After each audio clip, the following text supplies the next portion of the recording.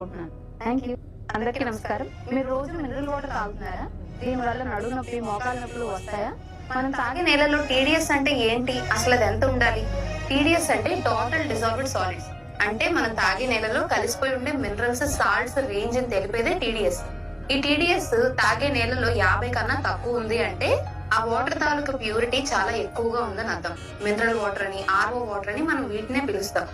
ఇవి టేస్ట్ చాలా బాగుంటాయి, కానీ దీంట్లో మన బాడీకి అవసరమయ్యే కాల్షియం, మెగ్నీషియం, పొటాషియం, సోడియం వంటి మినరల్స్ చాలా తక్కువగా ఉంటాయి.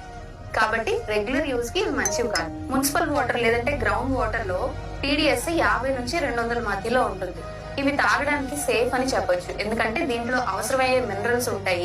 టేస్ట్ కొంచెం మారుతుంది, కానీ మనం తాగలం. ఈ వాటర్ ని మరగబెట్టుకొని మట్టి పాత్రలు లేదంటే స్టీల్, రాగి పాత్రల్లో స్టోర్ చేసుకుని తాగడం బెటర్ ఆప్షన్ అని చెప్పొచ్చు.